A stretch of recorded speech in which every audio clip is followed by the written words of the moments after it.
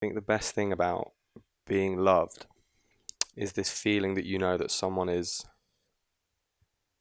I feel like being loved sometimes is like when, even if you don't feel great about yourself in that time, that person's idea of you will never falter.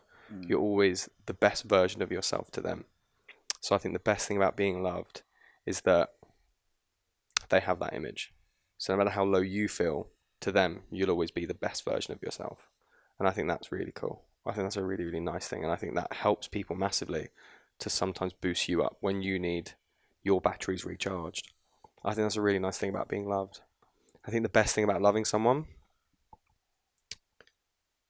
it feels, when you think you're in love, it feels like you're free falling. Mm. There's no thought process around it. Mm. There's no thoughts It's or the any. comfort. It's not to do with comfort. It's like you're free falling and you're just diving straight through and you'll just do anything for that person. It's like such a magnetic feeling that is, yeah, I think that's probably the best thing about loving someone. There's like no holding back.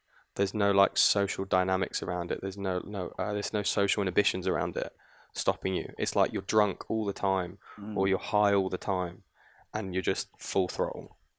I think that's the best thing about loving someone.